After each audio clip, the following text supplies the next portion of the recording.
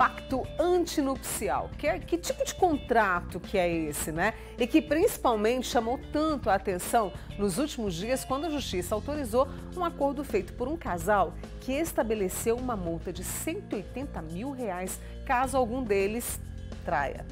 Com a gente agora a advogada Maria Júlia Cardoso. Maria Júlia, mais uma vez, obrigada por estar aqui, viu, com a gente? Eu que agradeço, um bom dia a todos que estão aí. Vamos falar sobre essa decisão. E o que é mais interessante é que a gente pode colocar de tudo no pacto antinupcial, desde que não virar lei, né? E essa questão da multa em caso de traição é muito interessante, porque às vezes, né, as pessoas elas ficam com medo de colocar, e a gente pode colocar, inclusive, quantos dias o marido vai assistir futebol, né? Às vezes, quantas relações sexuais vão fazer na semana, tudo isso a gente pode colocar dentro de um pacto antinupcial. Muita gente não sabe disso, né? Não, porque o pacto, ele é diferente do regime de bens?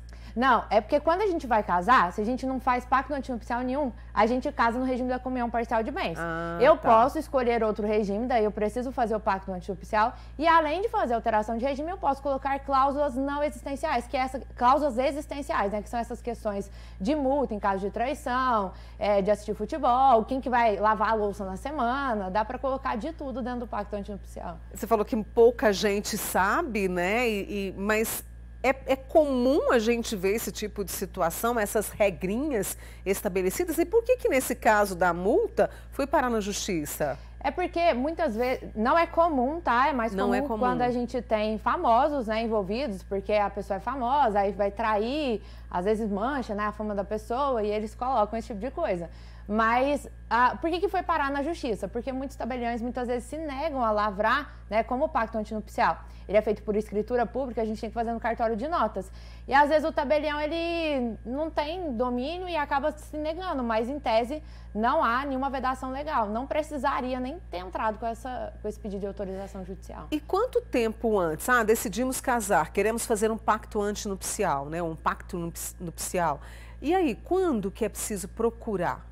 E sou eu que vou fazer o documento, estabelecendo as regrinhas? Como é que é isso, Maria Júlia? Excelente pergunta, porque o pacto antinupcial ele tem um prazo, ele precisa, como diz, né, quer dizer que é antes das núpcias, então eu tenho que fazer antes de casar. Ele é um pacto que ele só vai ter eficácia se sobreviver ao casamento, então se eu fizer o pacto e não casar, ele não tem validade nenhuma.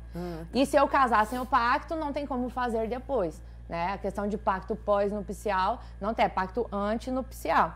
Então é muito importante você fazer isso, porque o pacto antinupcial ele é para casamento, mas a gente tem um instituto equivalente para a união estável. A gente pode fazer escritura pública de união estável e colocar esse tipo de cláusula lá dentro. Inclusive a gente tem uma blogueira famosa, Lara Nesteruk, que agora ela se divorciou, foi muito conturbado, o convivente dela desviou de 7 milhões e está aí na mídia.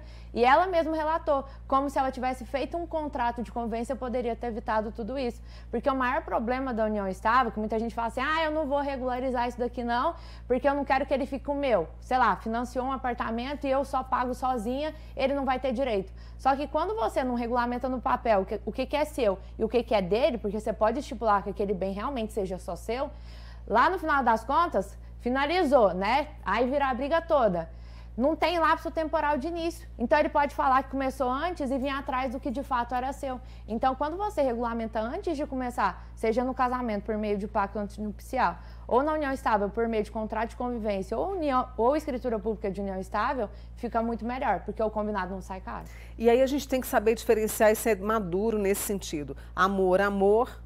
Contratos à parte? Contratos à parte. Mas eu acho que é tudo a forma de conversar. Não é obrigatória a presença de advogado para lavrar nenhuma dessas coisas. Nem o pacto, nem a escritura pública de união estável. Mas eu aconselho fortemente que você procure um, né? Até para te falar o que pode, o que não pode colocar lá dentro, para ficar tudo dentro da lei e resguardar a sua vontade, a do seu marido, fazer valer a vontade dos dois. O que não pode?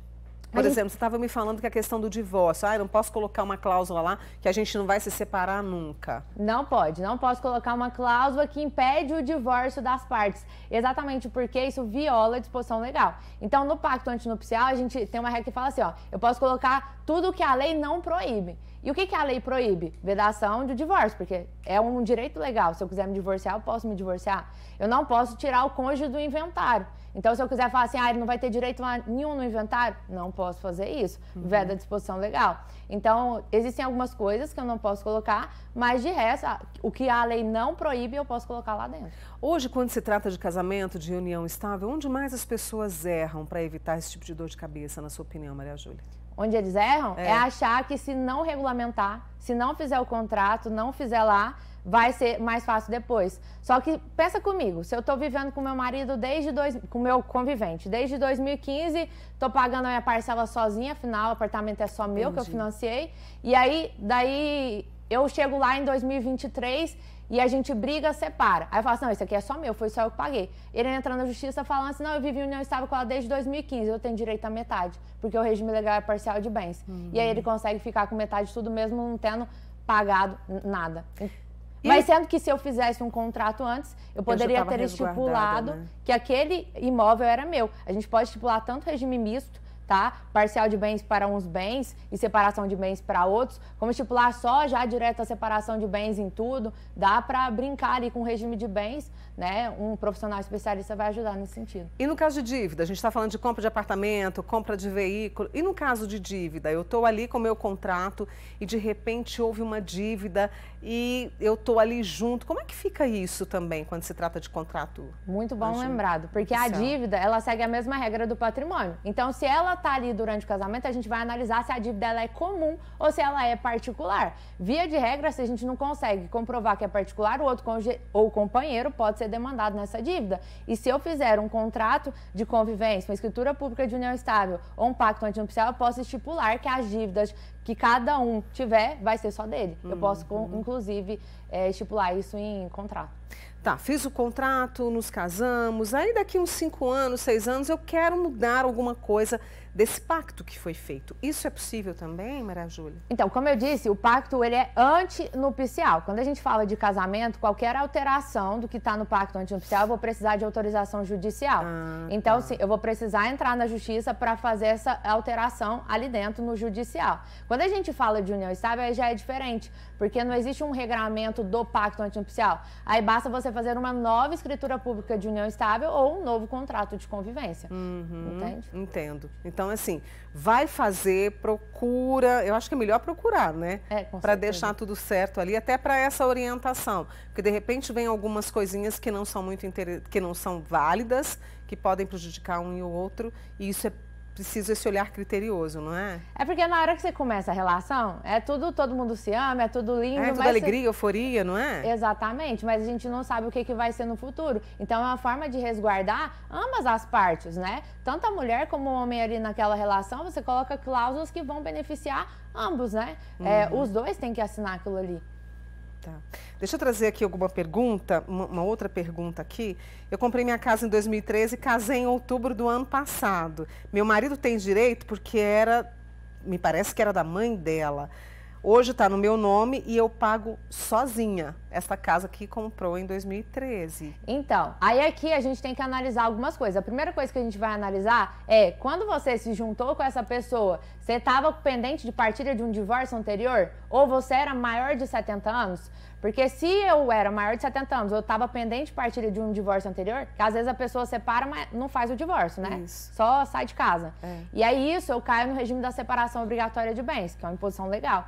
Nesse caso, o marido, né, o convivente, não vai ter direito a esse bem, provavelmente, porque é um bem particular. Agora, se eu não tenho nenhuma dessas causas aí, né, que te jogam para obrigatória, eu caio na parcial de bens. Se for parcial de bens independente de estar só no meu nome ou só do meu marido, né, do meu companheiro, vai ser partilhado entre os dois. Então, provavelmente, ele vai ter direito sim. Muito bem. Essa é Maria Júlia Cardoso, advogada, trazendo para a gente questões muito importantes sobre esse pacto antinupcial que pode ser feito, tem prazo a ser feito e é preciso ali muita maturidade, sabedoria e orientação do profissional. Maria Júlia, muito obrigada. Sempre muito bom te receber aqui, viu? Eu que agradeço e tenham todos um bom dia. Uma boa semana para você. Semana. As duas de rosa para começar a semana. Eu nem sabia que você estava de rosa. Em sintonia, Maria Júlia. Obrigada, viu? Muito bem.